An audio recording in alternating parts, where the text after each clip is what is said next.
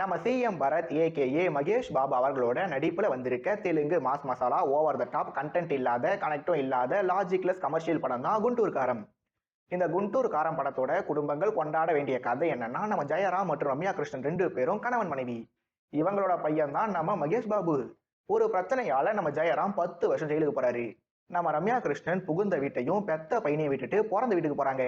2வது கல்யாணம் பண்ணிக்கிறாங்க, குழந்தையையும் பெத்துக்கிறாங்க, பாலிடிக்ஸுக்கு போய் லா மினிஸ்டராகவும் ஆயிடுறாங்க. பட் நம்ம ஹீரோ சாரோ அம்மா இல்லாத வருத்தத்துல தாடி வளர்த்துக்கிட்டு சிகரெட்டை பிடிச்சிக்கிட்டு தண்ணி அடிச்சுக்கிட்டுன்னு வருத்தம்ன்ற பேர்ல வசதி வாய்ப்பட வாழ்ந்துட்டு வராரு. இப்படி இருக்கும்போது இவருக்கும் அவங்க அம்மாவுக்கும் எந்த சம்மந்தமும் இல்லைன்னு ஒரு கேஸை போடுறாங்க. அந்த கேஸோட முடிவு என்ன? இந்த படத்துலயாவது நம்ம ஸ்ரீலீலாவுக்கு நல்ல ரோல் கிடைச்சதா, இல்ல ஸ்ரீலீலா த சேட் ஸ்டோரி கண்டினியூ ஆச்சா? கடைசியா இந்த படம் முழுக்க நிறைந்திருக்க பாசமான நேசமான ட்விஸ்ட் அண்ட் டர்ன்ஸ் என்னென்ன?